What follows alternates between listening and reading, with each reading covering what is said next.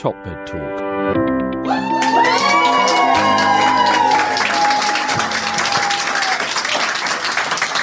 Well, good evening. Thank you for that warm, wonderful welcome. I'm Desiree, Chappell, host and managing editor of TopMedTalk, and we are here tonight at the Montague in beautiful London, England, for the Edwards Lifesciences Dinner Symposium, The AI Doctor Will See You Now.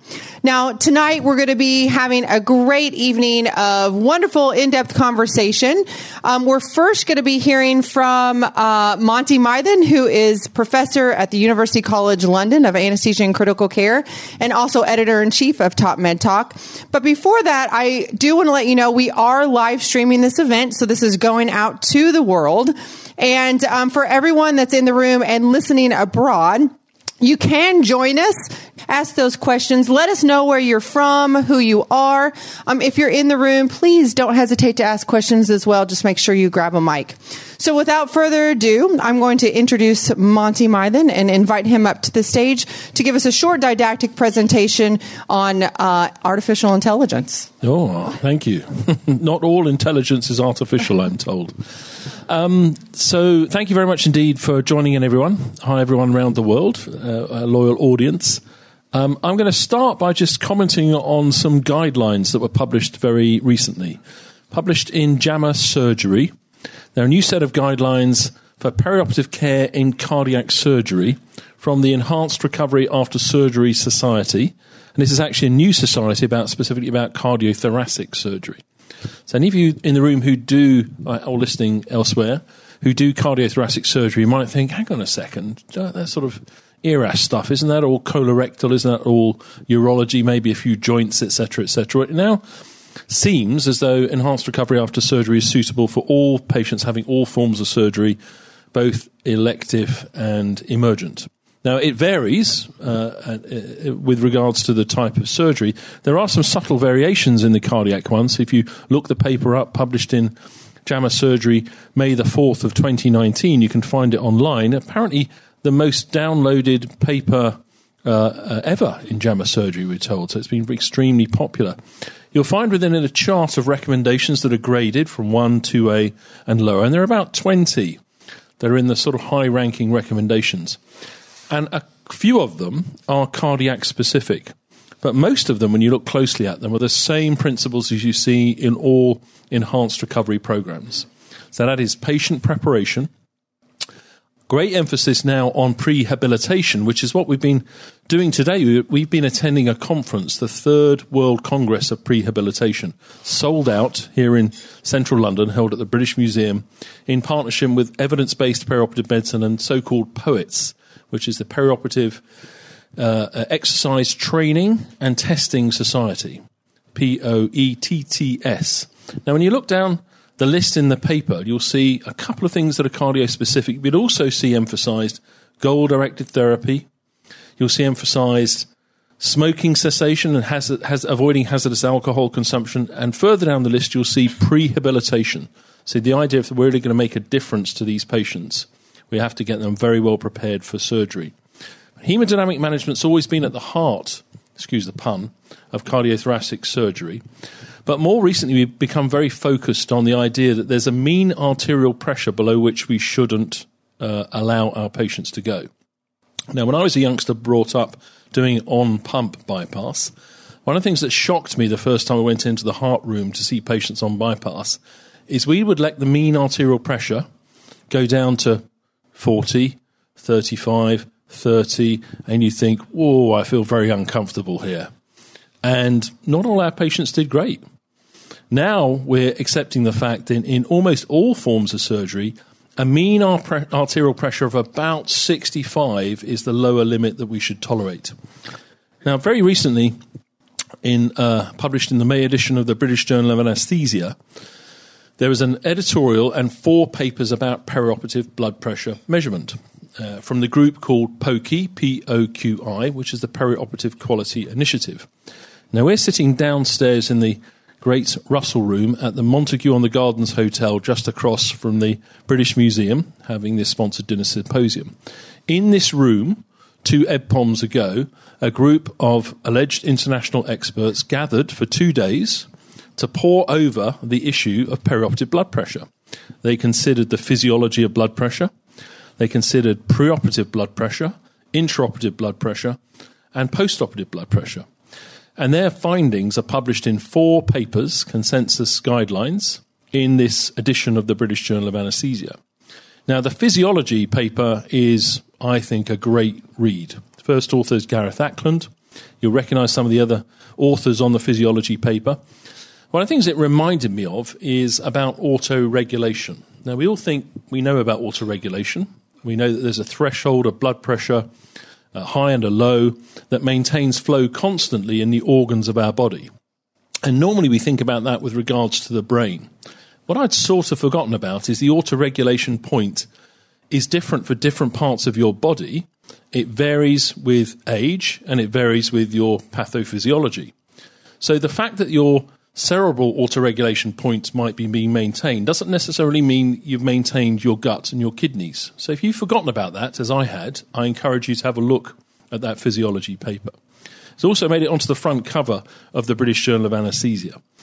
With regards to the intraoperative paper, I'll come back to the preoperative and postoperative in a second. The intraoperative paper, the key thing that came out of it was that based predominantly on observational data, a mean arterial pressure of less than 65 millimeters of mercury during surgery for as little as 1 minute is associated, and I'll come back to associated in a second, with adverse outcomes. And those adverse outcomes include death, stroke, myocardial infarction, and acute kidney injury. Now, 1 minute below 65 is pretty low risk, but it is an increased risk. Do you ever let a patient get a MAP below 65 for a minute or longer? Possibly. Yeah. Yeah. Obviously, the more profound the hypotension and the longer it goes on for, the greater the risk.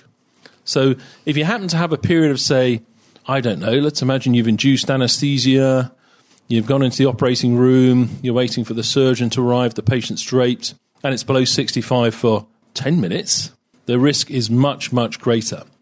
Now, the other bit of news from our perspective, if most of us in the room are anaesthesia providers or critical care or nurses in this space, I don't know if there's any surgeons in the room, is that a lot of the harm, the signal of harm, is between induction of anaesthesia and so-called knife to skin.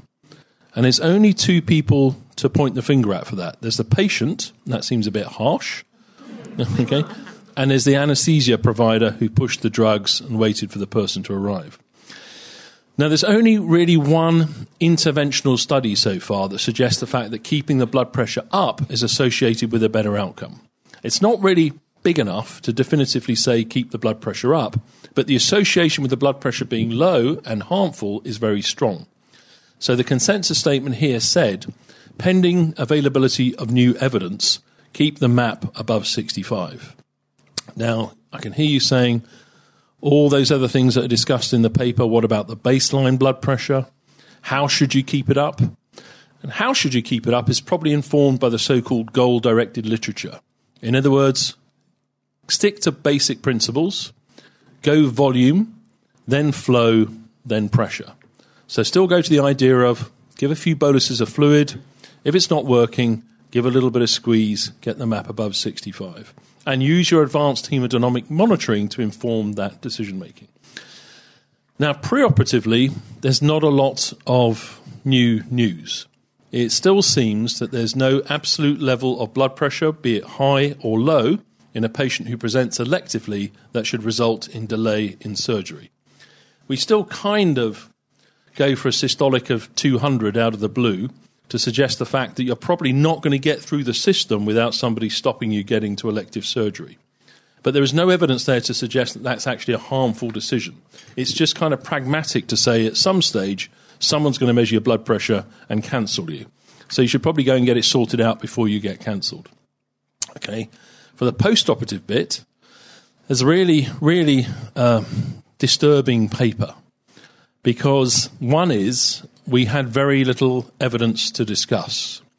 The evidence we could find was again based on observational data, and when blood pressure has been measured more continuously post-operatively, it seems that hypotension is common and often missed.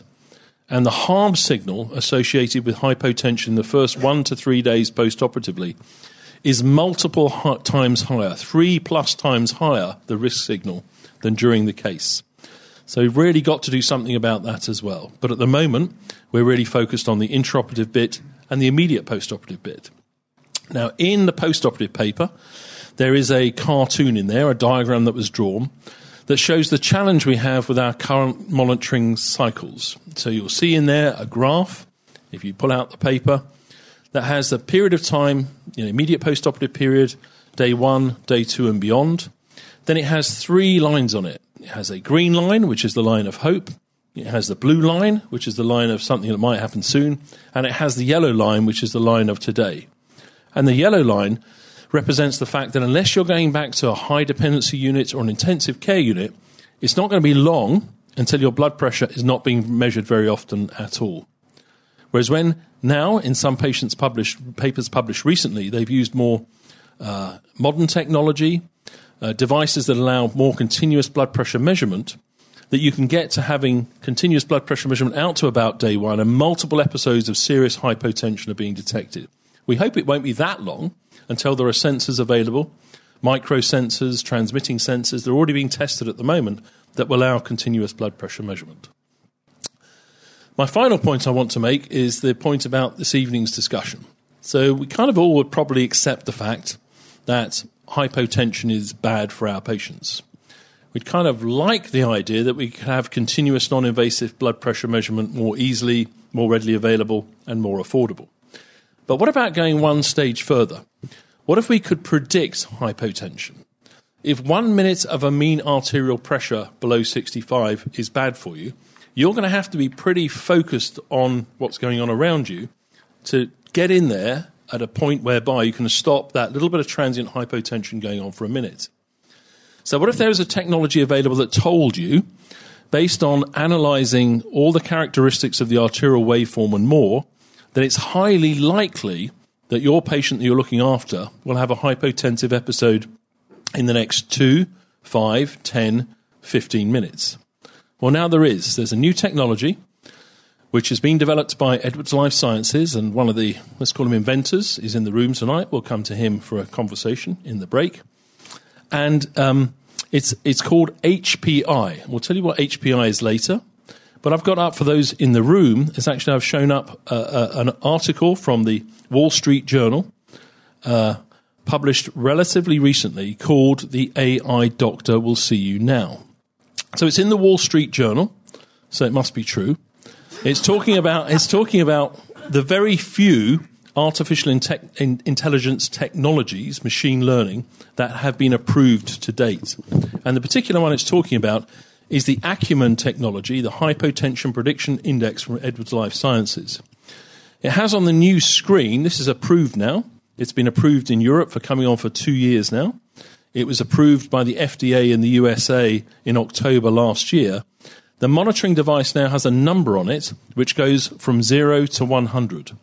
The higher the number, this HPI number, that we'll come back to in detail after the break, the greater the likelihood that your patient is going to have a hypotensive episode. And the predictive characteristics seem quite extraordinary. As it starts to rise, let's imagine it's going on at about 10 or so, the number increases, and as it increases, it's saying the likelihood of hypotension is growing. It's a bit like a weather predictor. It gets up to 50%. It says, it might rain, it might not rain.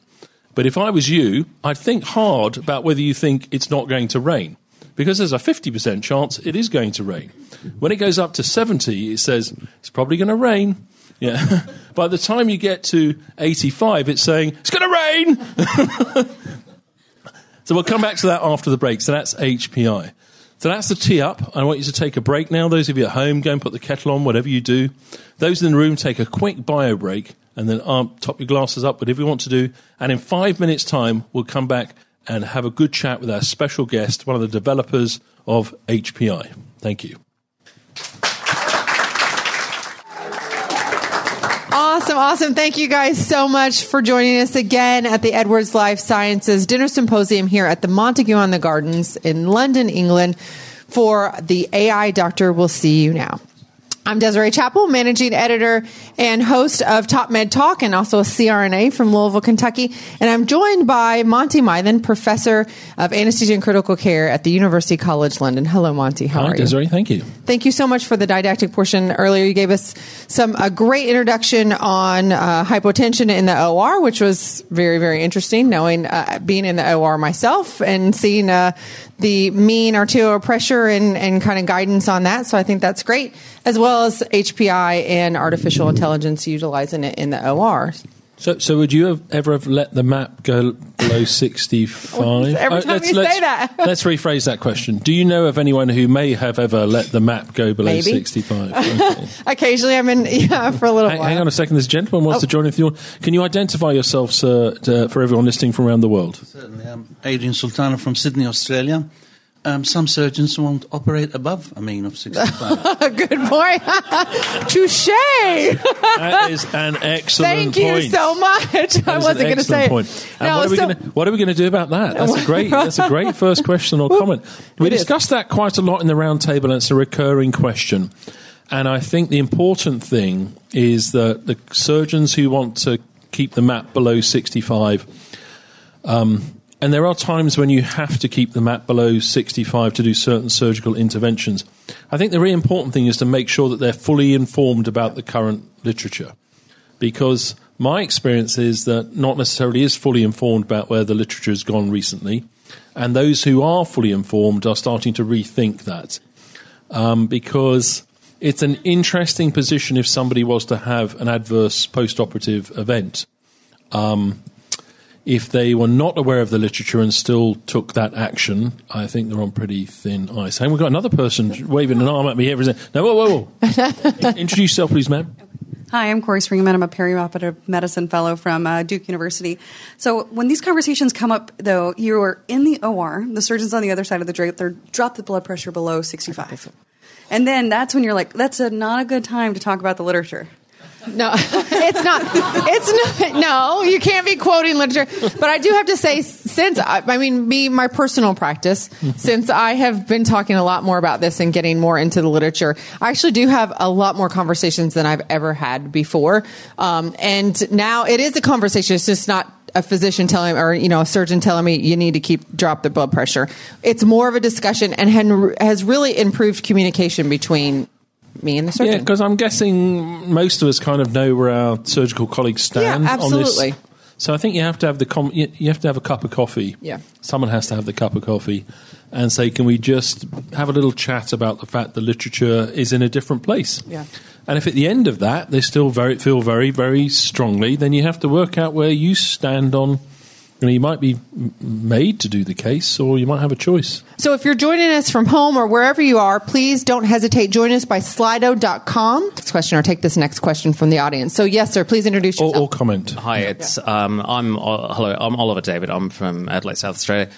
I once read in an old anaesthetic textbook that hypotensive anaesthesia was to make the impossible possible, not to make the difficult easy. Would you agree with that? Well, I think that's the comment. Is there are certain situations where I think everyone agrees that the transient as possible, periods of low blood pressure may be essential to complete certain surgical procedures. But that does not include, I like my patient having a knee replacement to have no blood pressure for hours, because I think that results in less bleeding. Shoulder. But these are complex conversations. My experience is that many surgeons have significantly moved to say, well, a map of 65 is okay. What I don't want is intermittently to have a systolic of 160. Right.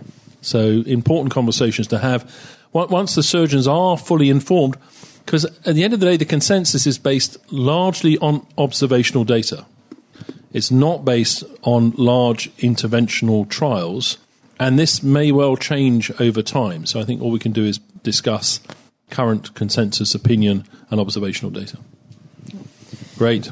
Yeah, thank you so much for your questions. If you have another question, please don't hesitate. Oh, we have one other question right here. Magdalena, University of Gdańsk. I'd like to ask whether the core body temperature has been taken into account when the 65 millimeters of mercury threshold was calculated. I think the reasonable answer to that is no. No. From the point of view of, I do not believe it's been adjusted from the point of view of the potential that there may be some cerebroprotection by being slightly colder. If anyone's listening who believes that to be wrong, then please do let us know. Put a message in or a question in, etc., etc. Yeah. So I'm going to suggest that we get our special guest up. That's it. Absolutely. So we have a very special guest from Edwards Lifesciences who we're going to talk and do a deeper dive into the HPI, and it's Feras Hatib. Feras, why don't you join us up here, Round please? of applause for Feras. Yes, please.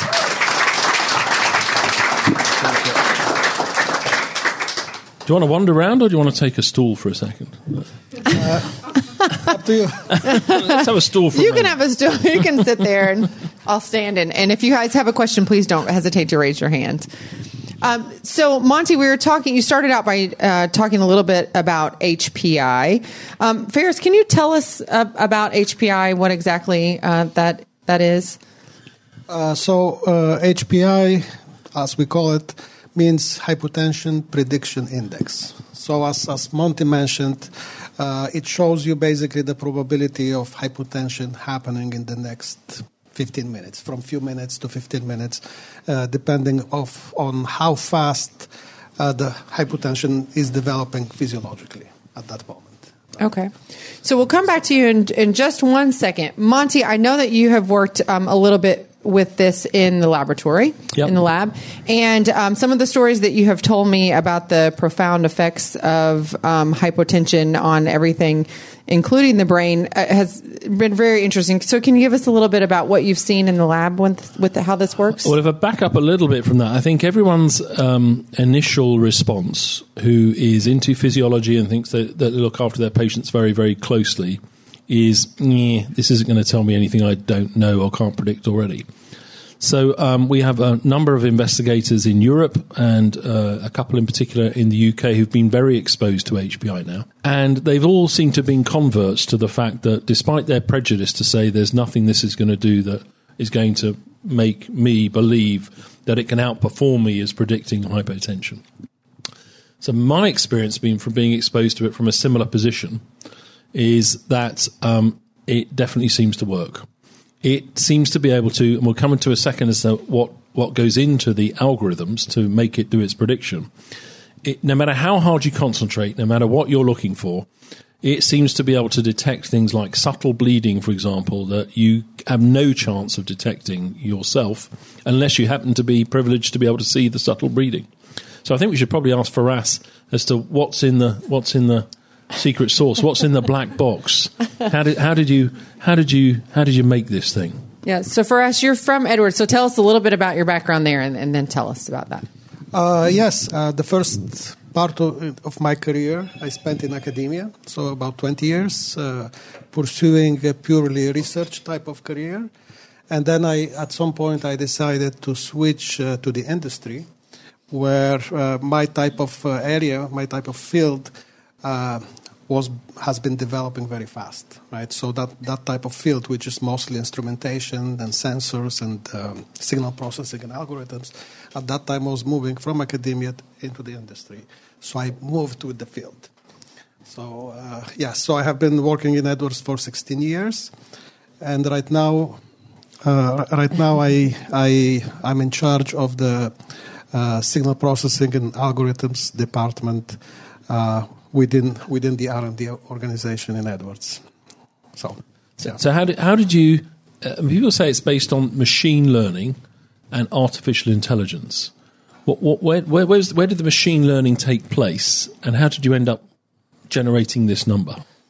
Yeah, I could explain a little bit. So basically, the technology, the algorithm is based. What the algorithm tries to do is to detect failure of the compensatory mechanisms that exist in the arterial or cardiovascular system that maintain blood pressure stable. So detection of failure of those compensatory mechanisms that lead into hypotension.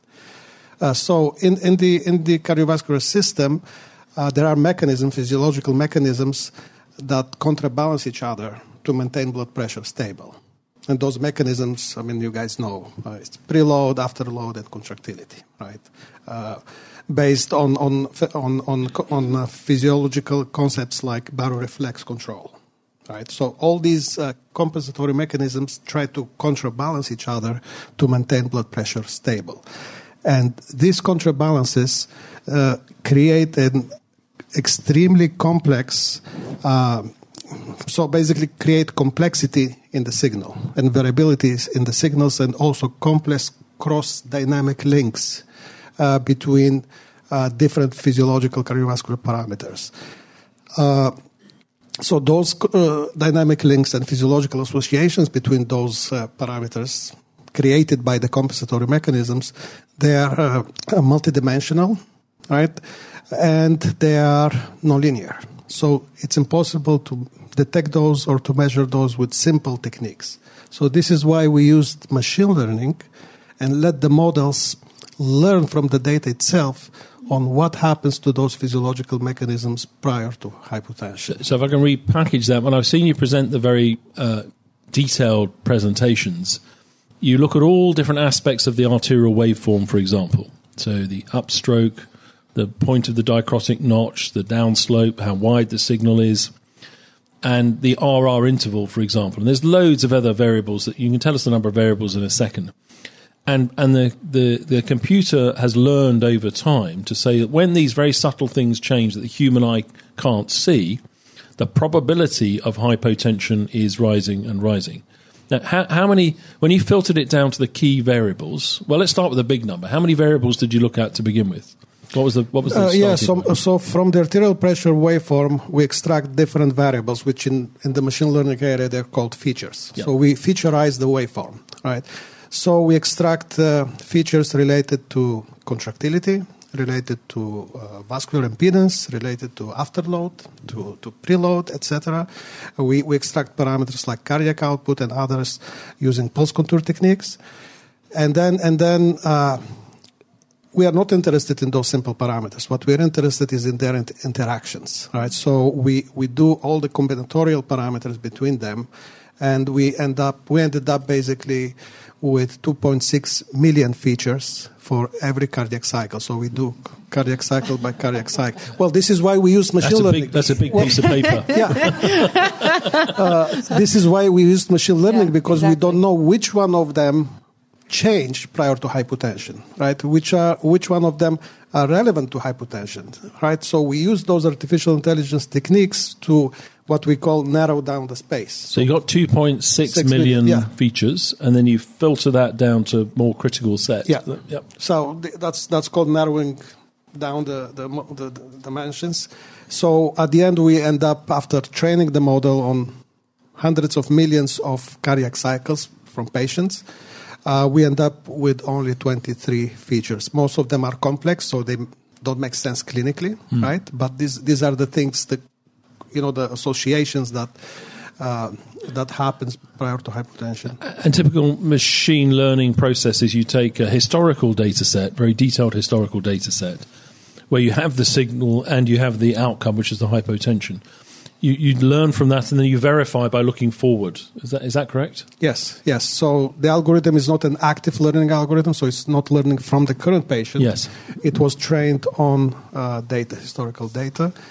So you have the patients who had hypotension, or the period of times where hypotension happened, and then the period of times where the patient was stable. And then based on these two, you make the algorithm, the model, learn what happened in those data. What I've seen for the approval is it changes from white color to red color at an HPI of 85. The top is 100.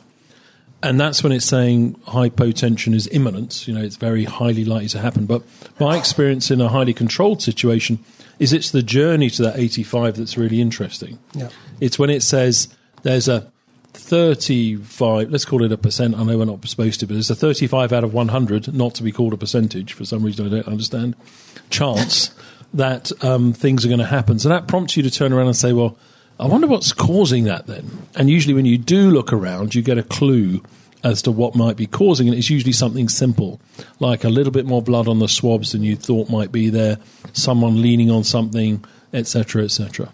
And then when you discover that, the things you do are the usual things you do, which is preload, afterload contractility.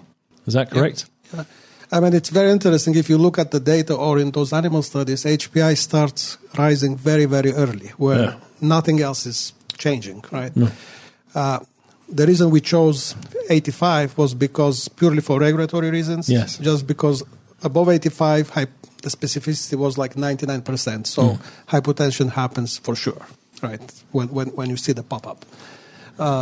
And the science behind this, sorry to interrupt, but the science behind this and the development and everything that goes into developing that number is all being published. You've got a first author publication in one of our famous anesthesia journals relatively recently. Is that correct? Yes, it has been published in Anesthesiology 2018, so last year. And with the publication, you have supplemental material. And in that material, we describe the algorithm in quite detail. So it's not a black box. Yeah. The science that has gone into developing the number is all published in there.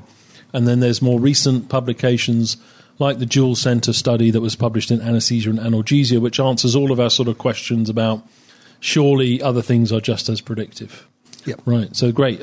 Now we should open up to the audience to ask if they want further explanations and or go to Slido, Desiree. Yeah. Does anybody have a question in the room right now? Here's your chance to ask the science team. I'll get to you, sir. Here we go. Wait a second, please. Yeah. Anything? Makarand Lotlikar, Anesthetist Healing Hospital. The 22 variables that you have mentioned, how many of them can you get from an arterial trace alone? They are all from the arterial pressure waveform. We don't have any supplemental material, other variables coming into the algorithm, except the patient's age, gender, height, and weight, which are part of our cardiac output computation. And that's part of where the direction of travel, isn't it? We can all anticipate that the more variables we could draw in from elsewhere and other signals that perhaps your company's acquired recently, the greater the predictive ability may get. Right. We have another question? Another question. Again, Corey Springman from Duke Hospital. Does the algorithm incorporate arrhythmias as well as vasoactive medication titrations or input-output that the patient may undergo, such not only intraoperatively but maybe even postoperatively? Because hopefully this monitor would be able to help not only predict hypotension within the OR but even postoperatively to then help continue managing patient care.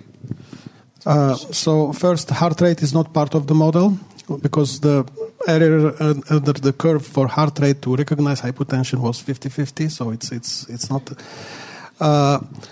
You'll be surprised how well this algorithm works during arrhythmia and AFib and stuff like that because it has 23 variables and they compensate each other. So while you could see variability in the individual parameters, the parameter itself. It's really very stable, and then vasoactive drugs were not part of the development. So we developed from a physiology point of view whether or not the patient got vasoactive drug that impacts basically that physiology. But it's really nice because as soon as you give vasoactive drug, and if that drug works, HPI goes down right away. If it works, if it's not the right intervention, maybe this then it won't work. It's not going to. So it will still show you a high probability of hypotension. Yeah. Oh, we have another question back here. It's Nicole Papen-Botterhuis from Maxima Medical Center in the Netherlands. I have a question about the variables. Did you also add the race of people into the mix? Yeah, happy to hear a question from the Netherlands. That's where we developed part of the HPI on patients at AMC in Amsterdam. No, we didn't take the patient race into consideration. Do you think it doesn't matter? I don't know.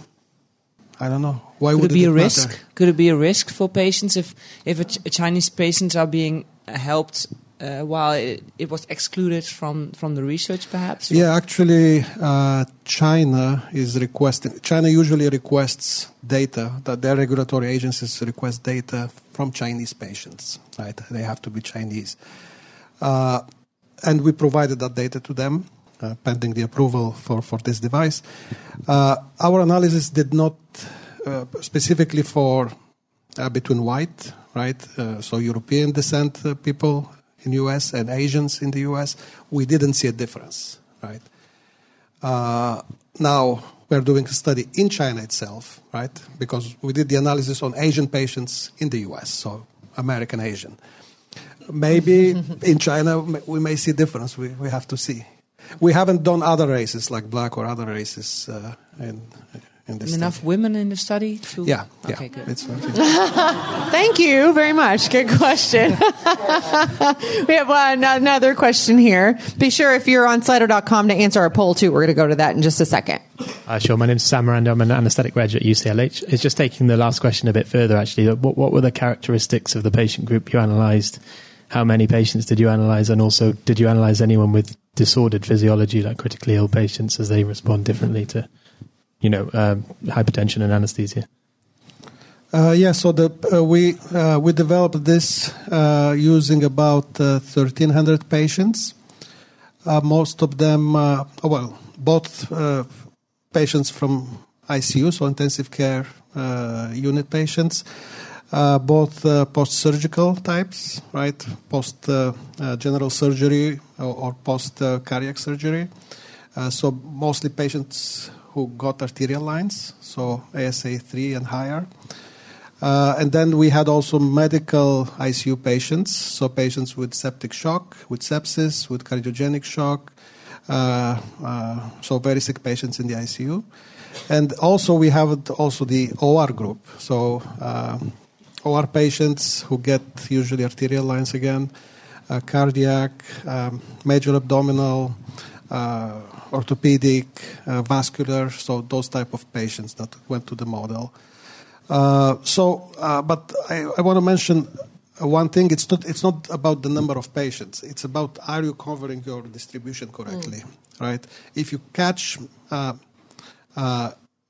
all your corner cases, then you could develop with very few patients. The problem is that we don't know, right? So that's why we try to increase the number of patients. Yeah, that's a good question. Another question here in the back of the room. Hello, hi there. My name's Anas. I'm an anaesthetic registrar at UCH. With regards to outcome measures such as mortality, morbidity, I appreciate preventing hypertension, or rather having hypertension in of itself can have an increase in mortality, morbidity. I was wondering, has there been an investigation into has it actually reduced it using this particular algorithm? So we don't have those type of outcome studies yet.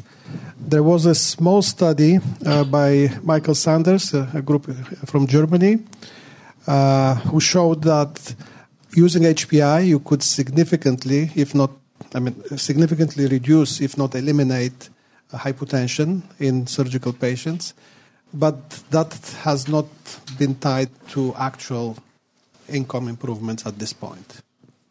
I think one of the regular discussion points about, and why I think the company has done a very sensible job in approaching this with caution, is that when we discuss, the fact that hypotension may be associated with harm, we know there's numerous different ways you can make the blood pressure go up. And some of those may be a good idea, and some of those may be a bad idea.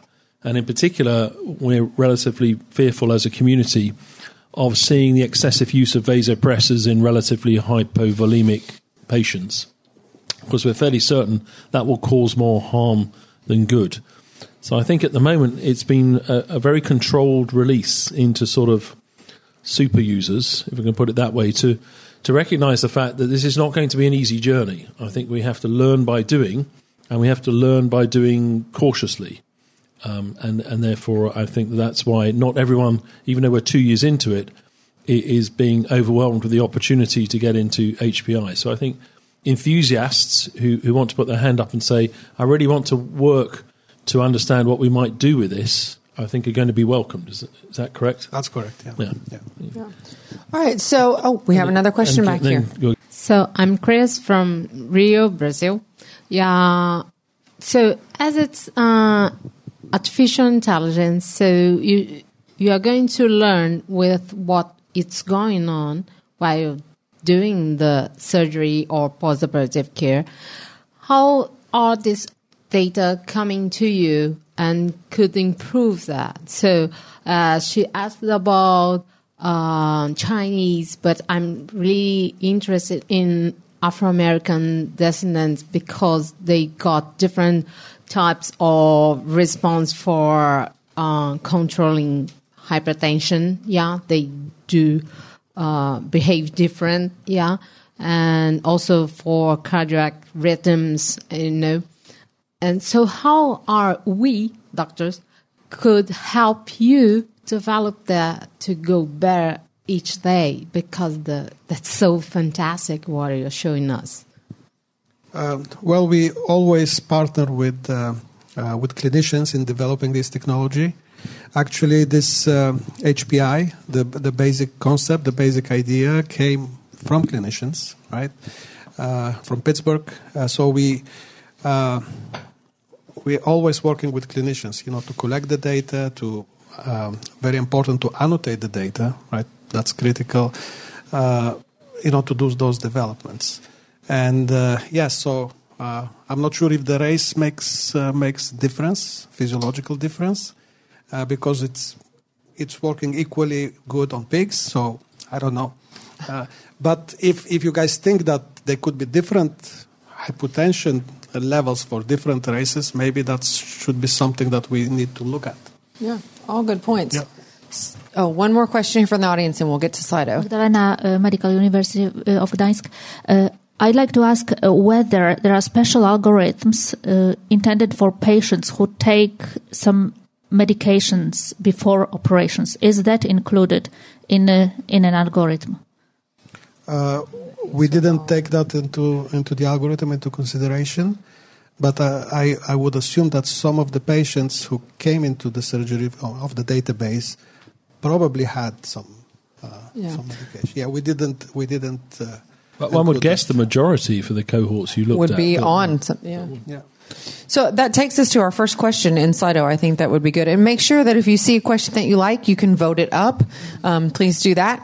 Can you clarify the limitations of HPI, such as the EA-Dyne and DPT, which is getting pretty in-depth with some of that verbiage there? Can we take that in two sections, Desiree? Yes. Because we should probably explain what EA-Dyne and DPDT are first. Exactly.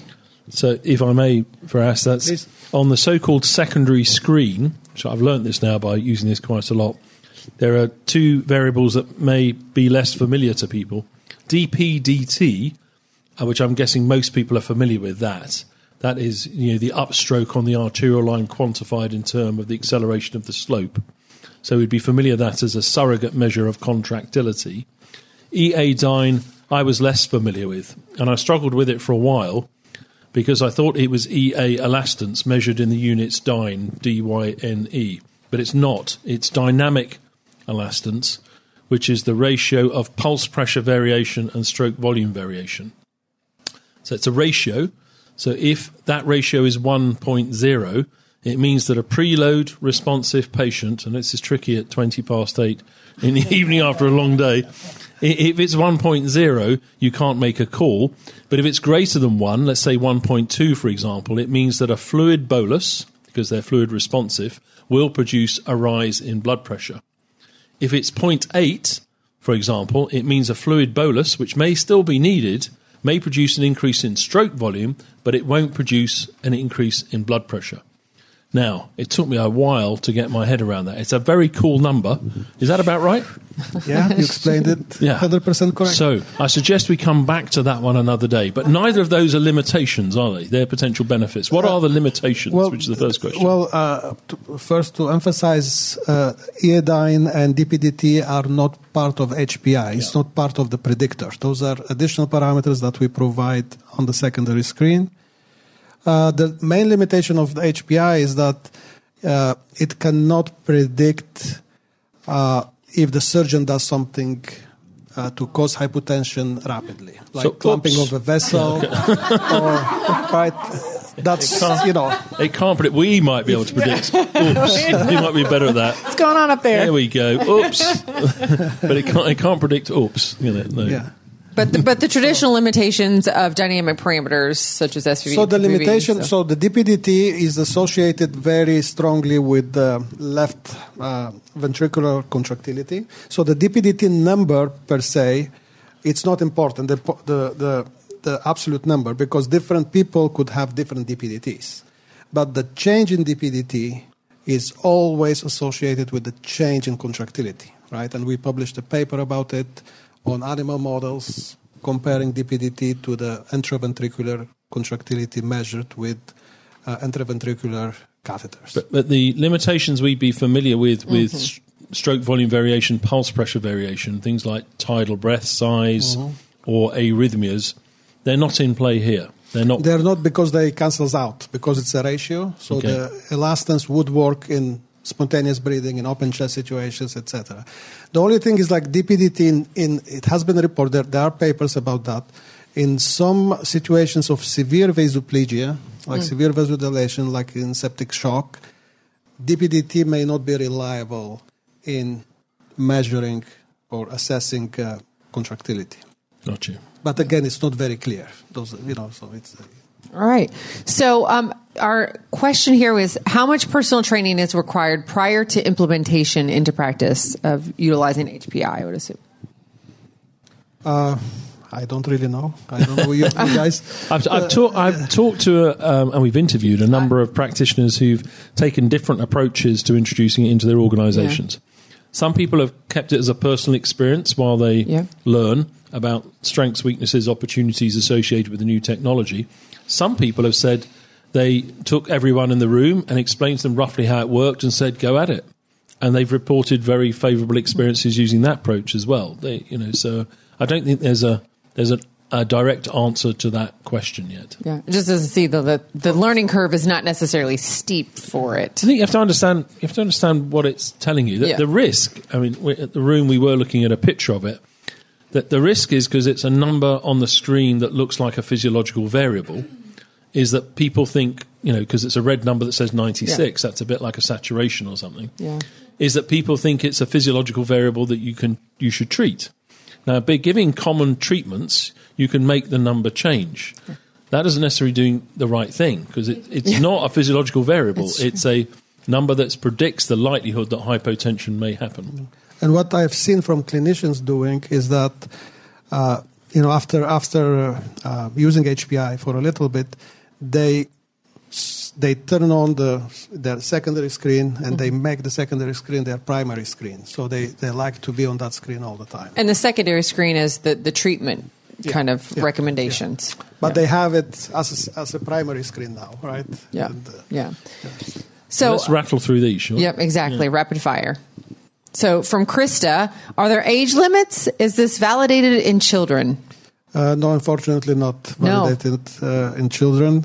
And basically our basic hemodynamic technology like FlowTrack, it's not validated for it's not validated for pediatrics. The age is there it's adults 18. Then is it 18? And any upper age limit for the approval? No upper, Okay.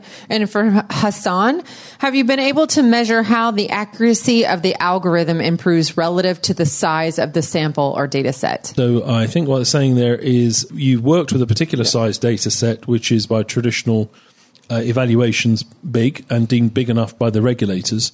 Do you think it will get better as you get bigger and bigger data sets? Get more information. At this point, I think we reached our maximum. You maxed out. So it's because, we have sensitivities and specificities in the 90s. Improving that by a percentage or half a percentage would be extremely difficult at this point. So adding data is not going to help. Okay. And we're coming up. We just have a couple more questions. So if there's anyone in the room that would like to ask a question, please don't hesitate. The question next is, which patients do you feel will benefit the most from AI? Interoperative, or postoperative, or both? And I would expand that out to the types of patients too. I my belief is we need to do the intraoperative bit, and we need to do it now. Mm-hmm. And shame on us that the observational data says that we're not paying as much attention as we think we are. I think the big opportunity is post-operative. Because I think that's where a lot of the harm happens. The principal first opportunity, I think, is more readily available, robust, reliable, continuous, non-invasive blood pressure measurement. Yeah. And we're getting much closer to that. Then I think the AI will help a lot, is my hunch. But, that's opinion uncontaminated by data, as they say. But I think from the basis of the fact that the harm signal is much greater, and the AI, I think, will help us to filter out the false positive, false negative problem of lots of alarms going off the whole time. Feras, what do you think? On my side, looking at data, and I've looked at a lot of data, I think that we see hypotension in all kinds of patients, in all kinds of sites, consistently with the same frequency. So I would say any patient who gets arterial lines need to be monitored with this technology because they have hypotension, right? And currently, actually, as of last week, this technology is available with our non-invasive sensor in Europe. They're doing focused release now with specific. Okay, so the ClearSight type of technology. Yeah, it's already a little blood available pressure at the cuff that goes on the finger. You can now have HPI related to that. Well, that's a big jump forward. Europe got there first. Yeah. I think we're still in Europe. I haven't checked the news today. Did you check the news today? Checked the news today. Just a small question. Transitioning from who are you, ma'am? I know that we know who you are in the room. Corey Springman again from Duke Hospital. Transitioning from intraoperative to postoperative, would you have to reevaluate a baseline for the HPI? Is it intraoperative, postoperative every 24 hours? There's a lot of monitors that need zeroing and whatnot. No, you could either disconnect it or keep it running. It doesn't, it's not going to change. It's the baseline was baseline. You could, if you need to stop the monitoring, while the patient is transitioned, you could do that. Yeah. Couple more questions to roll through. Who has been most interested to adopt AI within their practice? So are we talking anesthesiologists, surgeons? At this point, both anesthesiologists and intensivists. Intensivists? Intensivists as well. Extremely interested in adopting. So using quite a bit in ICU. HPI and OR. Yeah. Right, they're both interested. We have not been talking to surgeons at this point. Yeah. Okay. Now, many devices that are used in pediatrics are not validated. Do you think it may be applicable in children, even though it hasn't been validated?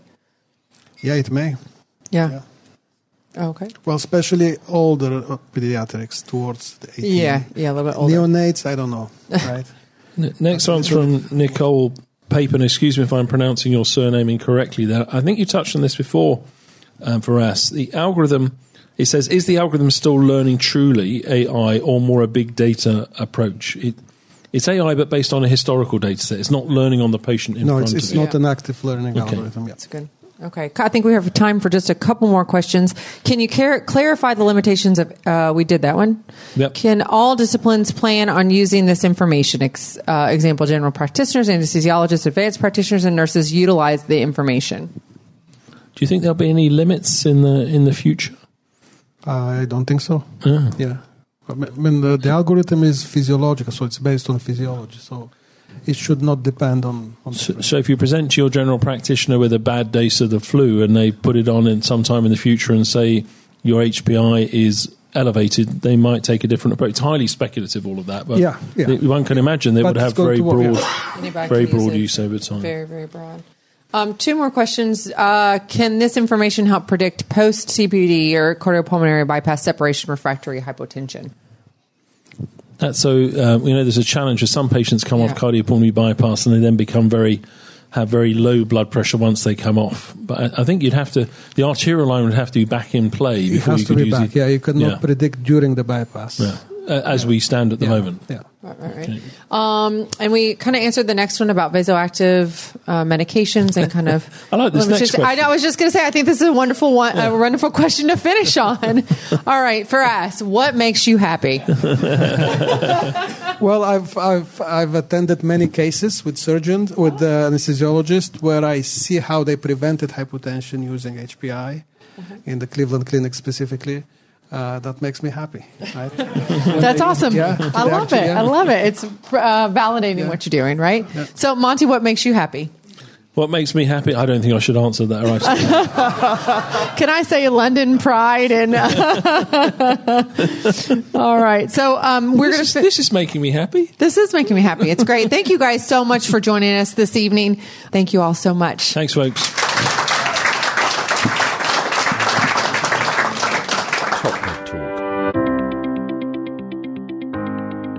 Nick Majerison here. Thanks for listening to TopMedTalk. Now, before we let you go, it's important that we remind you to subscribe to TopMedTalk. That way you'll never, ever miss another episode. Also, if we could encourage you to join us on social media, Twitter, Facebook, LinkedIn, YouTube, pretty much every single social media platform, we're there. Join us. And finally, check out TopMedTalk.com. If you go to our website, you can subscribe to email updates. That way we can always tell you where we're going to be, what we're going to be doing, and how you can join us. TopMedTalk.com and click on the section marked email updates. Finally, TopMedTalk is proud to act as the broadcasting arm of EBPOM, evidence-based perioperative medicine. We'd love you to find out more about them as well. ebpom.org is their website. That's ebpom.org. And if you go to ebpom.org/meetings, you can find out about some of the wonderful meetings that we attend and cover across the year here on TopMedTalk. That's ebpom.org/meetings.